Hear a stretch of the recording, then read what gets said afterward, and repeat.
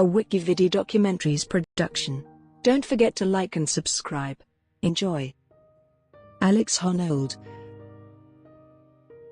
Alex Honnold is an American rock climber best known for his free solo ascents of big walls. He is the first and only person to free solo El Capitan in Yosemite National Park, and holds the fastest ascent of the Yosemite Triple Crown, an 18-hour, 50-minute link-up of Mount Watkins, the nose, and the regular northwest face of Half Dome. Honnold says he likes tall, long routes, and that he tries to do them quickly. He is the author of the memoir Alone on the Wall and the subject of the BAFTA and Academy Award-winning 2018 biographical documentary Free Solo. Honnold says he is inspired by such noted climbers as Peter Croft, Bachar, and Tommy Caldwell, and even more by beautiful sites like El Capitan. Biography. Honnold was born in Sacramento, California. He started climbing in a climbing gym at the age of 5 and was climbing many times a week by age 10. He participated in many national and international youth climbing championships as a teenager. "I was never, a bad climber as a kid, but I had never been a great climber, either," he says. "There were a lot of other climbers who were much stronger than me, who started as kids and were, instantly freakishly strong, like they just have a natural gift. And that was never me. I just loved climbing, and I've been climbing all the time ever since, so I've naturally gotten better at it, but I've never been gifted." After graduating from Mira Loma High School as part of the International Baccalaureate program in 2003, he enrolled at the University of California, Berkeley, to study civil engineering. His maternal grandfather died and his parents got divorced during his first year of college, and Honnold skipped many of his classes to boulder by himself at Indian Rock. He described the experience as heinous. "I didn't live in a dorm. We had a family friend who let me sublet his 2-bedroom apartment in town. In my 1 year at Berkeley, I never met anybody. I never spoke to anybody." After a year, he dropped out of Berkeley and spent time living at home and driving around California to go climbing. "I'd wound up with my mom's old minivan, and that was my base," he said. "I'd use it to drive to Joshua Tree to climb, or I'd drive to LA to see my girlfriend. My orbit was tiny and really cheap. I destroyed that van fairly quickly. It died on me one day. And for the next year I lived just on my bicycle and in a tent." In 2007, he bought a 2002 Ford Econoline E150 van, allowing him to focus on climbing and follow the weather.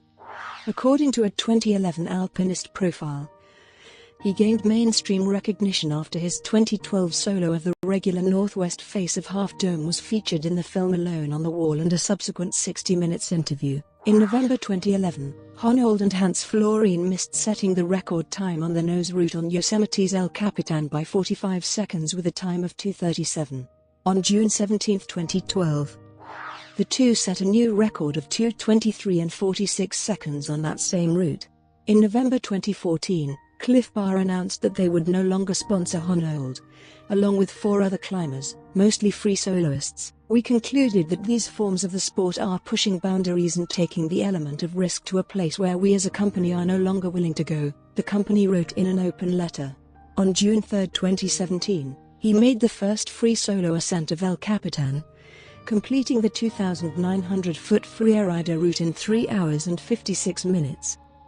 The feat, described as one of the great athletic feats of any kind, ever, was documented by climber and photographer Jimmy Chin and documentary filmmaker Ichai Vasaheliai, as the subject of the 2018 Best Documentary Academy Award and 2019 BAFTA-winning documentary Free Solo.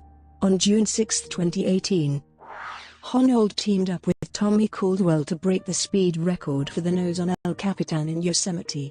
They completed the approximately 3,000-foot route in 1:58 and 7 seconds, becoming the first climbers to complete the route in under 2 hours. Personal life. Honnold has lived in a van for over a decade. "I don't think van life is particularly appealing," he says. "It's not like I love living in a car, but I love living in all these places. I love being in Yosemite. I love being basically wherever the weather is good.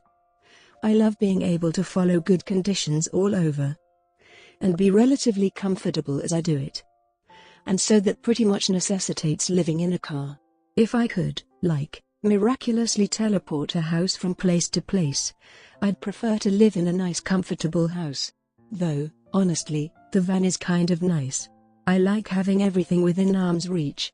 When I stay in a hotel room sometimes you get put up in a really classy hotel room, and it's really big, and you have to walk quite a ways to the bathroom, and you're like, man, I wish I had my pee bottle. Who wants to walk all the ways to the bathroom in the middle of the night when you could just lean over and grab your bottle and go? The van he lives in is custom outfitted with a kitchenette and cabinets full of energy bars and climbing equipment. Honnold bought a home in the Las Vegas area in 2017. I didn't have any furniture at first, so I lived in a van in the driveway for the first couple weeks. It felt more like home than an empty house did. Around the same time, he replaced the Ford Econoline van he had lived in since 2007 and put 200,000 miles on with a new 2016 Ram ProMaster, which he still lives and travels in for most of the year. Honnold is a vegetarian, drinks neither alcohol nor caffeine, and doesn't use drugs. Basically, I'm Mormon, except for the God thing, he jokes. He is an avid reader with interests in classic literature, environmentalism, and economics, and he describes himself as a militant atheist and a feminist. Between climbs, he runs or hikes to maintain fitness. Brought to you by WikiVidi Documentaries. Would you like to know more?